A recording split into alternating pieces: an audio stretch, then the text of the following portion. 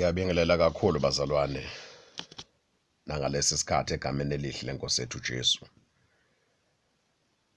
Siyambonga uNkulunkulu kakhulu sikulolu chungechunge lokufuna umbuso kaNkulunkulu nokulunga kwakhe. Lokufisa nokulangazelela ukusizwa inkosi. Siyabona kakhulu bazalwane ukuthi konakele. Siphila esikhathini esibi, siphila esikhathini esibhlungu. Amathemba asephelile. Nezinto ebeyithenjiwe kulomhlaba ziyehluleka. Abazophila, abazonqoba, abazosinda ilabo abazobuyela kuNkulunkulu ophilayo. Bafune usizo kuye. Konke okunconywe emhlabeni kuhlulekile bazalwane. Ukuhlakanipha ukuthi ukwesaba uNkulunkulu yikho okuyosinqobisa kulesi sikhathi. Izwi likaNkulunkulu lisho njalo lithi uqala kokuhlakanipha ukwesaba uNkulunkulu. Ngiyakhuthaza kakhulu bazalwane ukuthi kube isikhathi manje lesi sokufuna uNkulunkulu. Ukuthi uNkulunkulu uthini ezwini lakhe singabe samxuba nalutho. Sesibonile manje bazalwane ukuthi kuhlakanipha konke kwalelizwe kuyahluleka sekuhlulekile. Umhlaba unje ingenxa ukuthi sishiye uNkulunkulu. Sekufuneka abantu manje abazobuyela kuNkulunkulu yena yedwa. Bengamxubi nalutho. Ngiyakhumbula nje bazalwane mangizosindiswa okokuqala ngqa ngisindiswa. Impilo yami ihlaselwe ukugula. Sekuzanywe yonke into okuthiwa iyasiza. Ekhaya kukhonzwa amadlozi. Beya kwabahlolayo beyobuza ukuthi ngabe yini lengulisayo. Beya kubathandazi enyangeni. Iwasho kuhlatshwe kukhulunywe kushiswa impepho emsamo. Kwenziwa amandiki namandawo. Ayikho into engazanywanga. Ngayiswa esibhedlela. Udokotela wangikhipha. Wathi lento ifuna isintu. Senziwe isintu sahluleka. Kwakhuluma iphimbo kimi. Noma ebunganeni bami ngingaqondi kodwa ngezwe kunomuntu ongathi ukhuluma ngaphakathi la kimi othi uma ngabe uzozama inkosi uJesu yena yedwa ungamxubi nalutho uzophila.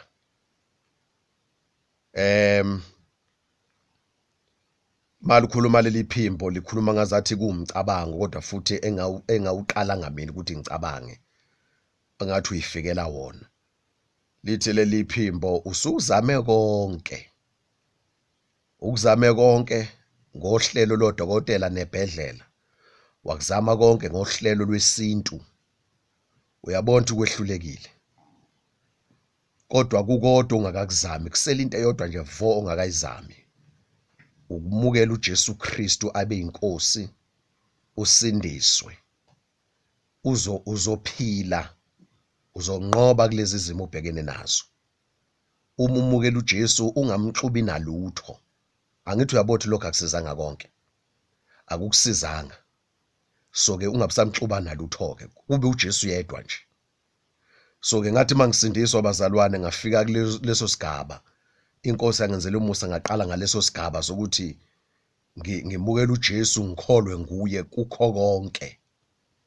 So yaphuma lento yebhedlela, yaphuma lento yodokotela, yaphuma lento yenyanga, yaphuma lento yamadlozi, yaphuma yonke lento ethenjwa ngabantu okuthiwa iyabasiza.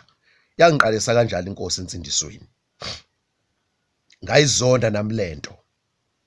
Ngoba into engicasula kakhulu uma ngabe uya kwabahlolayo, kwababhulayo, kwabathi laba bathi bayabona.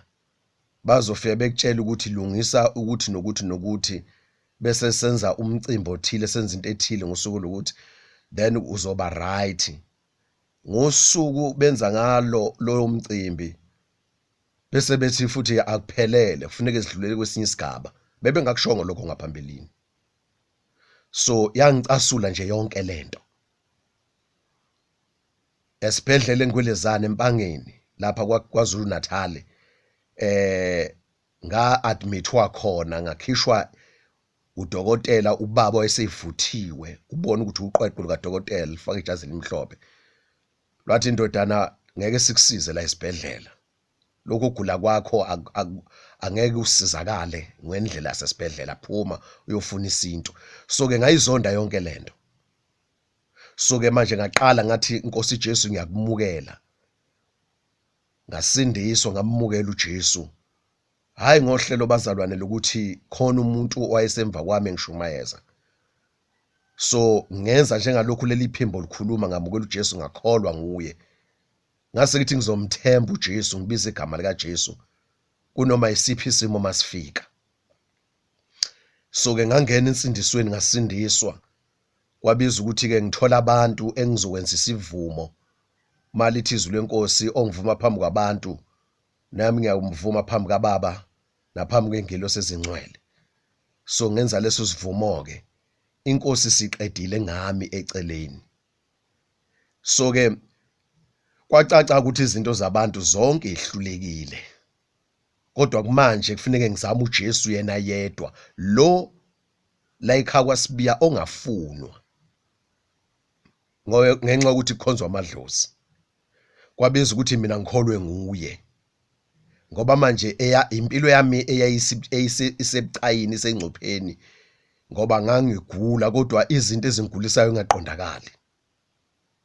So kanti inkosi ngiqalisa kanjena nje izohamba ingisebenza izifike lapho ke manje ingambulela khona ngokucacile ukuthi kahlehle izinto zalelizwe i-world system yonke ayibasizanga abantu ayibasizi bona bacabanga ukuthi bayasizakala inconyiwe iphakanyisiwe kodwa ayibasiza abantu kunalokho yabagqelaza kakhulu bafa abantu bafe bebhlungu bafe bengenalo ithemba. So iyinkohliso iyikweduka. So ke izinto engikhuluma abazalwane ngikhuluma ngesibindi ngoba ngikhuluma ngento engiyibona kimi engibona uNkulunkulu eyenza kimi. Angikhulumi nje into yamawungewunge noma yokuthi ngifundile phansi ngikhuluma from experience.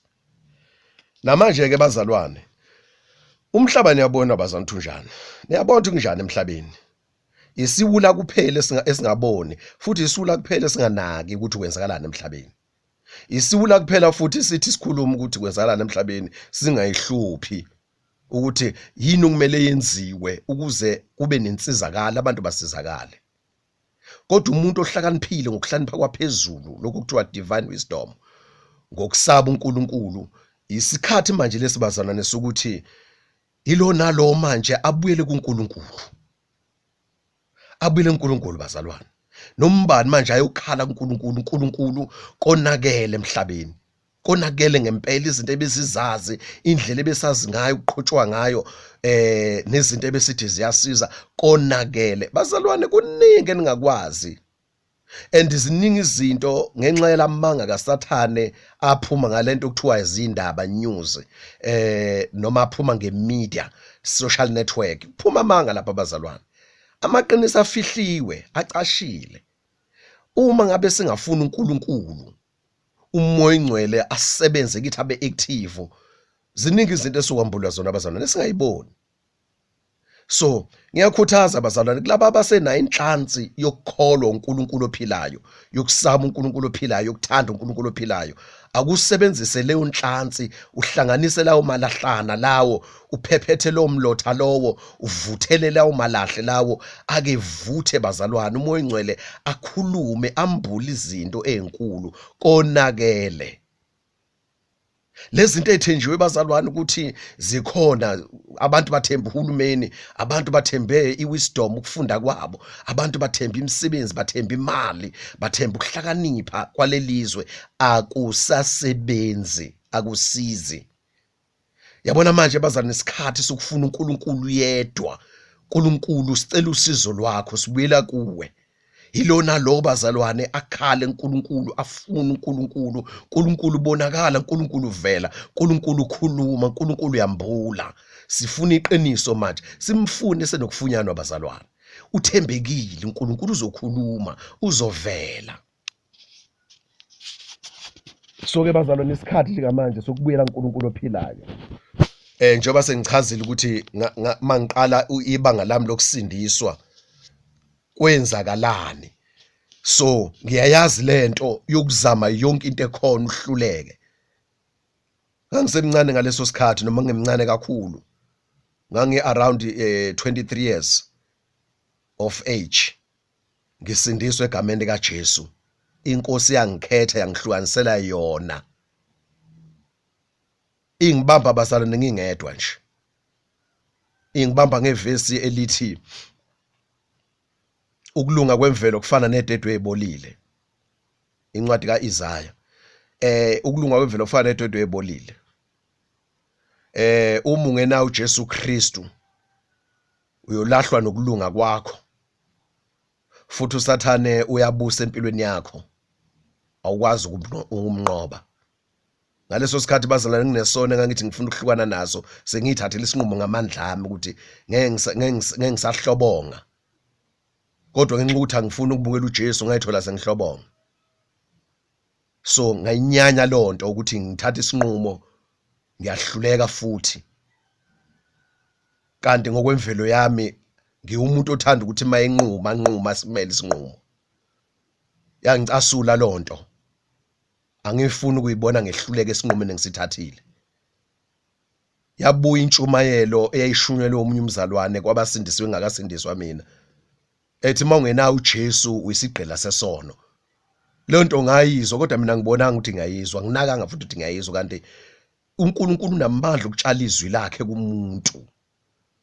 So njengoba ngikhuluma kubazalwane kulama audios, ngikhuluma ngesibindi.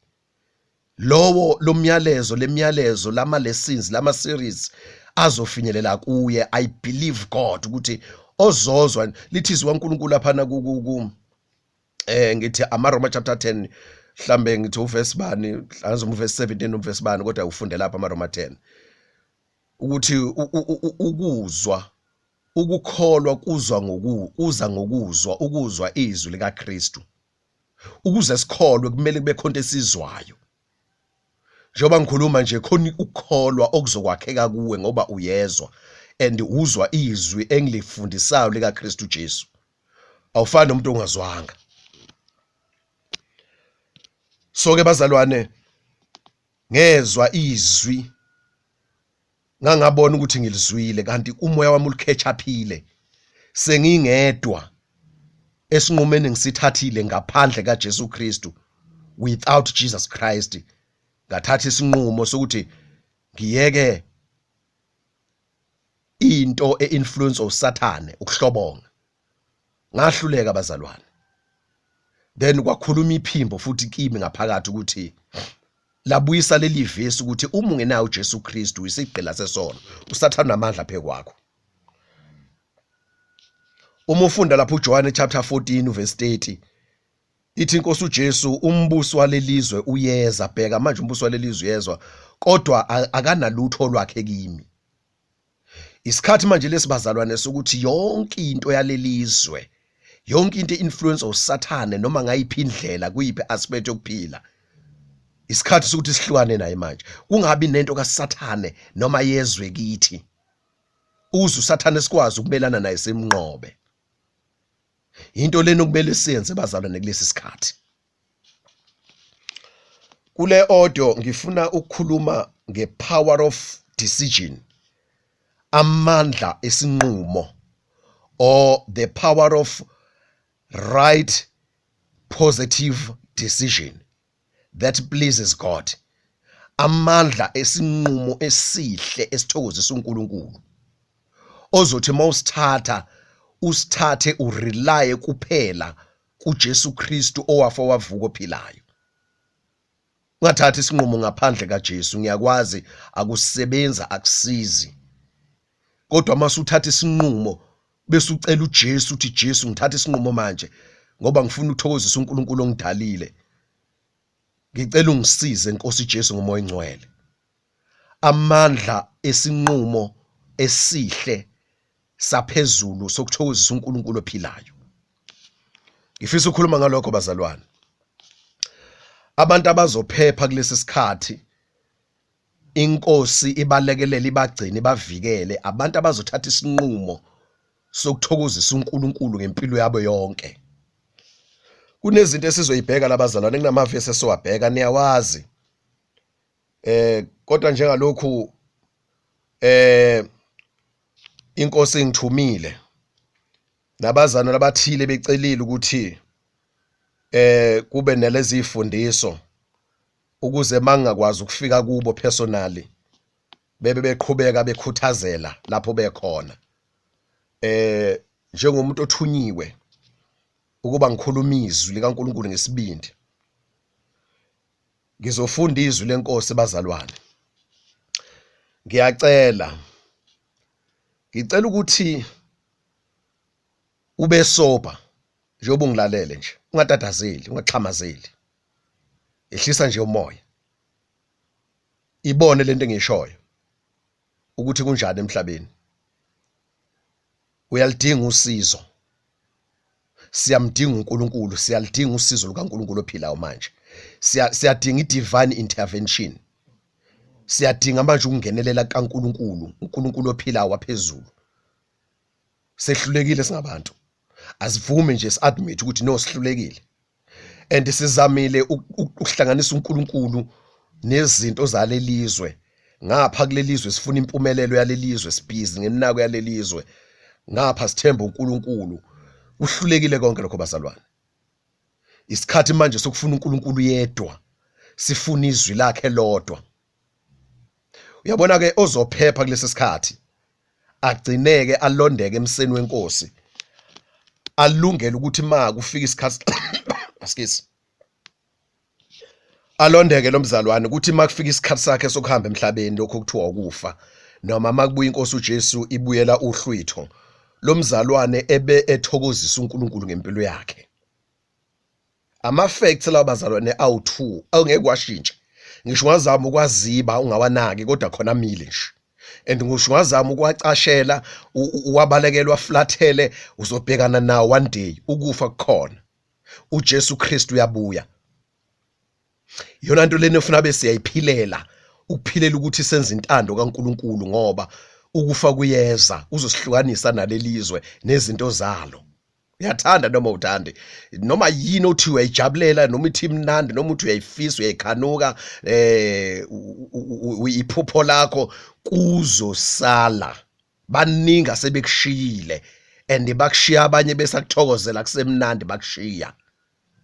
2 uJesu uyabuya. Uzobuya uJesu and uzothatha abantu abamlindele bengcwele behlukanisele yena. Iqiniso leli ngozukushintsha. Uyathanda noma uthandi noma azama ukulikhava ndlela thile linjalo nje, it stand as it is. Abantu abazosizakala bazalwane umuntu ozoba sopa njengamanje njengoba ulalele ngikhuluma abazonquma athi yabona manje ngiyanquma Nkosi Jesu ngifuna ukuthatha isinqumo manje ngiyanquma ngicela ukusizwa nguwe Nkosi uJesu. So ke nansi advice nansi uNkulunkulu athi angisho njengamanje kule audio. Abazonquma benze izwi likaNkulunkulu linjengoba linjalo. Unqume nje uthi yabona manje lonke izwi kaNkulunkulu engilizwayo ngizolenza, elingididayo ngizofuna abasizwe uNkulunkulu kwambulela izwi bangichazele ngokusizwa umoya engcwele okubo nami okimi umoya engcwele asicacisele. Ngoba kwesisikhathi khona izwi elibhalwayo literally lingasho lokhu wena ongasuka ukucabanga ngoba kuningi ukuxabana nokuxoveka kwabazalwane ngenxa yokuhlulwa ukuphesiva ukubamba ukuqonda ukwazi ngokujulileyo ukuthi leli zwi balibhaliwe lisho ukuthini spiritually. Enkathi uNkulunkulu eliphefumulela ubesho ukuthini. So udinga abantu aba-enlightened ezwini likaNkulunkulu abanikeziwe leyo gift to reveal the word of God. So njengamanje abantu abazosinda abazalwane ngizofunda izwi abazosinda, abantu abazonqoba, abantu abazophepha kulesi sikhathi esikusona abantu abazothatha isinqumo sokulenza izwi likaNkulunkulu. Nanso ke advice yezwi likaNkulunkulu. Into okuzomela ukuthi uyenze manje ukunquma ukwenza konke okuthiwa kuhle. Uyinqubele nje, unqume nje ukuthi into okuthiwa yimbi, into uNembeza wami ngilahla ngayo ngiyahlukana nayo. Noma yini. Uma kuthiwa i-world system imbi ngiyahlukana nayo. Uma kuthiwa lokhu kumbi uNkulunkulu akumthozisi ngiyahlukana nakho. Everything cela umoya oyingcwele akusize ngokufunda izwi kaNkulunkulu ukuthi yonke into engeyinhle, yonke into embi, yonke into ezondekayo, yonke into enyanyekayo, yonke into engathokozisi ngiyayiyeka, ngiyahlukana nayo. Ngiyanquma manje Nkosi uJesu ngicela ukuthi ungisize ngamandla akho ngime esinqumeni sokuthi konke okunconywe izwi lakho Nkosi ngikwazi ukukwenza. But ngeke ngikwazi ukwenza ngaphandle kwakho Nkosi Jesu. Ngizolifunda bazalwane, ngizowafunda amazwi akhuluma ngalokho. Amazwi engizowafunda bazalwane, ungagcini ngokuthi uwezwe njengoba ngikhuluma. Buyela kuwe uwaphinda phinde kuze kube nemeaning ethile, kube nezinto ezambulekayo kuwe, ube neconviction. Uze uthi manje yabona ngiyawakholwa lamazwi. Ngiyawakholwa, ngiyawezwa ayangena kimi. Ngiyezwa njengamanje ukuthi no, ngiyawezwa, uzwa amandla athile. Yabo every time ulalele njengoba ngikhuluma le audio uthandaze, ushaye pause uthandaze. Uthatha iBhayibheli lakho ufunde, ucele uNkulunkulu, sikhonza uNkulunkulu ozwayo, ophilayo. uNkulunkulu ngikhuluma nawe, uNkulunkulu ngiza kuwe, uNkulunkulu ngivula inhliziyo yami kuye, ngiyacela ungisize. Ngidinga usizo lwakho manje uNkulunkulu. If I live the holy life, shun the wrong and do the right, I know the Lord will make a way for me, yes for me. Uma ngenza okuhle ngiyeke okubi, ngiyazi iNkosi izolungisa indlela yami.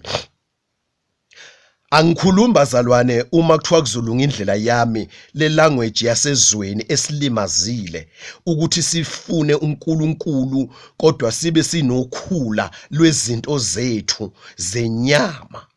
Sithi sikhonza uNkulunkulu sibe sicabanga ngempumelelo yethu emnyameni. No, angikhulumi ngalokho.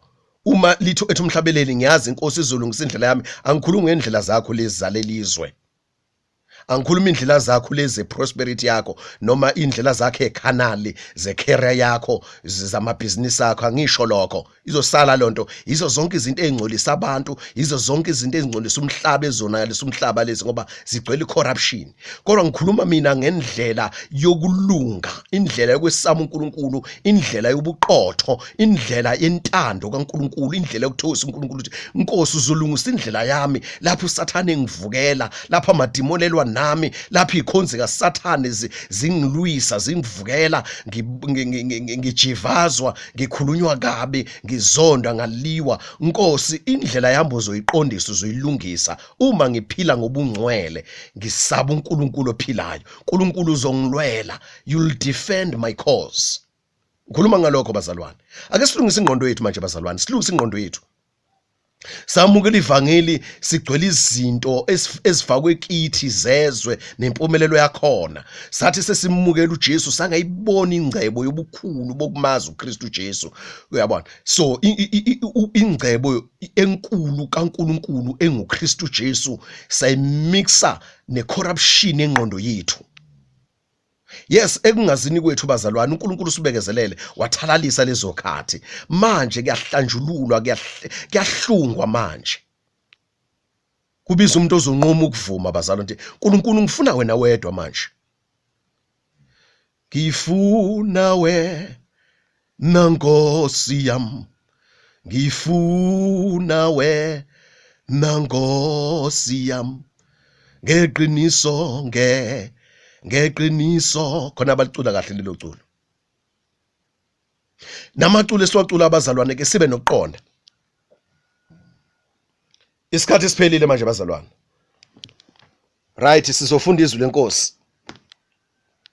Izwi lenkosi sizolifunda Kwaba sePhilip chapter 4 sizoqala lapha na verse 4.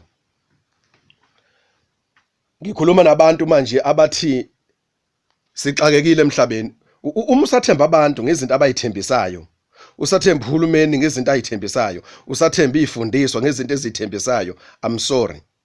Ngikhuluma ngabantu manje abazothi uNkulunkulu sifuna wena, sifuna izethembiso zakho. Ngiyanquma manje ukwenza intando yakho ephelele. Ngiyanquma Nkosi Jesu ukwenza amazwi akho ngingawaxubi nalutho. You'll see the difference. Ngikhuluma from experience bazalwana, angakubambi konke kodwa ngiyambona uNkulunkulu engisiza ngalento engishoyo. Unquma ukwenza okuhle kodwa bona ngifuna ukukutshela ukuthi mawunquma ukwenza okuhle sometimes khona bazodlala ngawo ngoba bazokubona isilima, bazokubona ugqashukela ulayini, but ukunquma usizwa inkosi uJesu, uyayazi into oyenzayo, you never lose the focus. Mhlambe kuzoba abhlungu mawusaqala, mhlambe kuzoba abhlungu usa experience izinto ezithile, but I can assure you, bambelela, qhubeka, uqhubeke nesinqumo sokuthi inkosi ngifuna ukwenza okuhle ngokwezwi lakho ngikwenze, nginganaki lutho olunegative, nginganaki lutho olubhlungu. Khona ivesi lapha encwadini maRoma elithi naka nokuhle kodwa kubantu bonke. Uyifundise manje ukuthi ngizonaka okuhle kodwa. Yabona, umuntu nomuntu engihlangana naye into engizoyinaka into enhle ayishoyo ayenzayo. Lokho kube okunegative engibona ukuthi uNkulunkulu amthozisi, I forget about it. Ubalekela into ezongcolisa, into oyizwayo engena endlebeni yakho, into engekho right, into negative, uyibalekela uqhelane nayo. Uthatha isinqumo sokuthi inkosi ngicela ukusizwa nguwe, ngifuna ukwenza okuhle kodwa, okuhle kodwa. Ngifuna ukwenza intando yakho baba. Right. Sesiyafunda ke manje bazalwane. Thokozani enkosini njalo njalo. Ngiyaphinda ngithi thokozani. Ukubekezela kwenu akwaziwe ngabantu bonke. Inkosi iseduze. Uyabona masuqala ukwenza okuhle, siphila kulomhlaba othokoza ngokubi, othokoza ngenkohlakalo, othokoza ngamanyala, othokoza ngecorruption. Now manje wena udecide manje unquma ukwenza okuhle okuthokoza uNkulunkulu, it's not going to be easy. It's going to be very tough and hard. But ukubekezela kwenu beside ukuthi uNkulunkulu uzokubona uyakwazi, akwaziwe ngabantu bonke. Ubekezelela ukwenza okuhle, ukwenza ungakhathali. Njengoba ngikhuluma njena nje, yazi ukuthi uma uthatha isinqumo bakhona abashisekela ukwenza okuhle, ababekezelayo bebekezelela ukwenza okuhle. Number 6, ningakhathazeki ngalutho. Do exactly that bazalwane. Ngiyacela, do exactly that. Ningakhathazeki ngalutho, try by all means ungakhathazeki ngalutho. Mazithi kuyafika ukukhathazeka, chase it away. Zama ukuxosha, zama ukumelana nakho ngegama lika Jesu. Nakho ngikhathazeka, ngiyamelana nokukhathazeka. Ngicela ungisize Moya Ngcwele. Umoya Ngcwele akube njalo uma ukhuluma ijwayele lento uthi Moya Ngcwele, noma ungakayiqondi indaba yokusebenza kaMoya Ngcwele, noma izinto ezithile ungazazi, kodwa khuluma uthi Moya Ngcwele ngiyazi ukuthi ukhona. Ngiyakholwa ukuthi bese ngikholwa inkosi uJesu, wena Moya Ngcwele, wena Moya Ngcwele sishiwe nawe ukuthi usisize, usifundise, usinikeze amandla, usiduduze. Ngicela ungisize Moya Ngcwele. Khuluma, menze abe ngumngani wakho. Ukhombisa ukuthembela kuye nokuncika kuye. Kodwa kukho konke izicelo zenu mazaziwe nguNkulunkulu ngomkhuleko, ngokunxusa nangokubonga. Enza lokho exactly. Enza lokho exactly.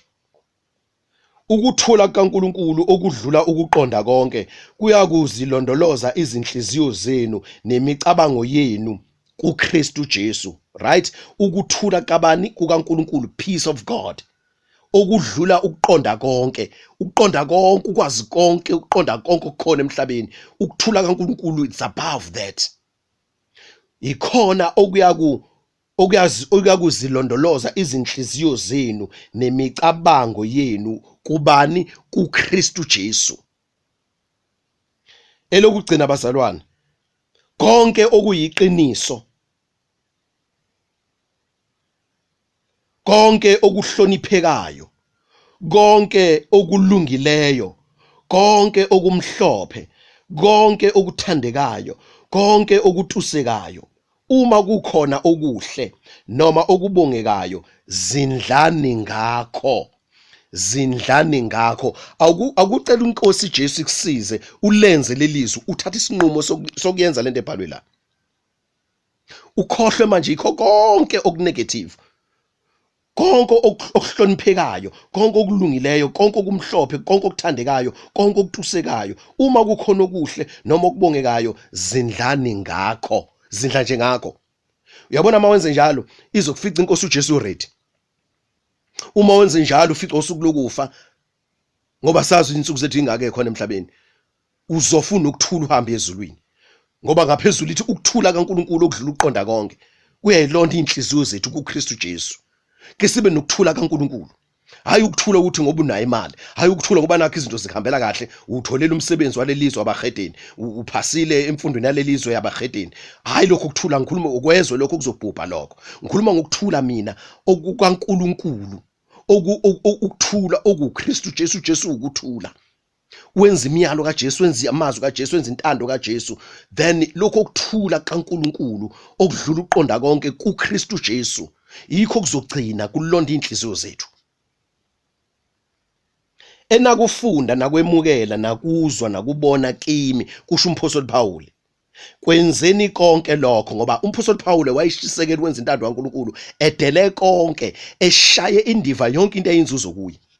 Yonke into eyinzuzo ayi-honorishwa ngayo, ihlonishwa ngayo, eyisikhulu kubaFarisi, eyisifundiswa, eyiloya, yonke into igama elihle ayinalo, uMphostoli Phawuli wakushaya indiva konke ngenxa yobukhulu bokumazi uKristu. So yonke into ayeyiphila, lento ayibhalela abazalwane baseFilipi, lento afundisayo nabazalwane, yaze yabhalwa encwadini engcwele. Ukhuluma ngento ayizamile and uyihluphekele. Ziningi incwadi uMphostoli Phawuli lapha esho khona ukuthi ngihluphekile. Ngiyakwazi ukuswela, ngiyakwazi ukutamasa, ngiyakwazi ukuntuleka ngingabe nalutho, ngiyakwazi ukuhambaza, ngiyakwazi ukumbanda. Uyabala inhlupheko zakhe endaweni ezahlukene ebhalela abazalwane. Ukhuluma ngento ayaziyo, eshisekela umbuso kaNkuluNkulu, eshisekela intando kaNkuluNkulu enqumile. So uthi ke manje lana ke enakufunda nakwamukela nakuzwa nakubona kimi, kwenzeni lokho. uNkuluNkulu okuthula uyakuba nani. Ngathokoza kakhulu eNkosini ngokuba manje senibuye nathola ithuba lokunginakekela, noma seqeke lapho bazalwane, yabona. Sifunde lapha noverse 11. Akusikho ukuthi ngikusho lokhu ngokuba ngeswele, kodwa mina ngifundile ukweneliswa noma ezimeni ezinjani. Verse 12. Ngiyakwazi futhi nokubusa. Kukho konke nasezintweni zonke ngiyifundisiwe imfihlakalo, ukusutha, ukulamba, ukubusa nokuntula. Ngingakwenza konke ngaye ongeqinisayo. Right. Uyezwa lo uMphostoli Phawuli lokho ngisanda kusho ukuthi ukhuluma ngani ngokuntula, ukuswela. Uyakwazi ukubusa benakho konke akufunayo nakudingayo enyameni yakhe. Uyakwazi ukuba nakho, uyakwazi nokungabi nalutho. Ukufundisiwe yonke lento, wavuma ukufundiswa. Ingakho nisibinde ethi enikubone kimi, nakuzwa kimi, nakufunda kimi, kwenzeni, ngoba ubeyiqikelela ukuthi wenza into eright ethokozisa uNkulunkulu. Ayikho into ayikhuthazayo ngokwenyama, ngokwalelizwe, kodwa instead uya-expose izinto zenyama, imisebenzi yenyama. Mawufunda kahle incwadi kaPaul ziyamelana nemisebenzi yenyama abazalwane. Ney'nkanuko zezwe, nempumelelo yalelizwe, nokuthandizwa nezinto zalo. Kodwa ukhuthaza nangu Kristu, uletha uKristu Jesu yena yedwa kubantu, uMphostoli Phawuli. Ilokho kuzokusiza manje abazalwane. And lokho ke kuzosenza ukuthi sibe inhlekisa kubantu, basihleke, basibhuqe, basikhulume kabi, basinikeze igama elibi, athi uJesu lapha kuMatthew chapter 5, uma benithuka benizonda, benithuka benibiza wonke amagama angamahle, belimaza ireputation yenu, nithokoze nina, nijabule. Yilokho uMphostoli Phawuli akusho ke la ukuthi thokozani njalo eNkosini. So ke bazalwane, isikhathi ngamanje sokufuna uNkulunkulu. Uma uyizwa lo myalezo le audio le, uyidlusele kulabo ocabanga ukuthi bengasizakala. Noma ngikhuluma kanje ngiyazi ukuthi vele bakhona abazimpisi abazozama ukumelana, abazofuna nje into negative, abazo discourage abazalwane. Well, umsebenzi wabo. lokho kukhombisa ubula babo ngoba bayakhohlwa ukuthi basazoma phambi kwesihlalo sokwahlulela ngamazwi onke abawashilo ngawonke action abawenzile basazoyilanda phambi kaNkulunkulu.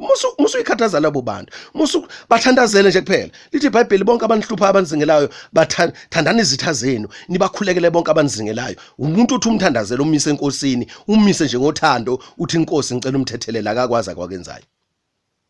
Ipractice lento. Practice makes perfect. Awuyipractice lento uyijwayele nje uyiqala uyijwayele. Uma kukhona abantu abahlukumeza makhona abantu abakhuluma kabi makhona abantu abahlebayo njani ukujwayele nje ukuthi inkosi ngiyabathethelela uthokoze nje manje incwadi sifundi thokozani njalo enkosini. Right, ngiyabonga ke kakhulu bazalwane. Inkosi yomusa sibusise egameni lenkosi ethu Jesu. Amen.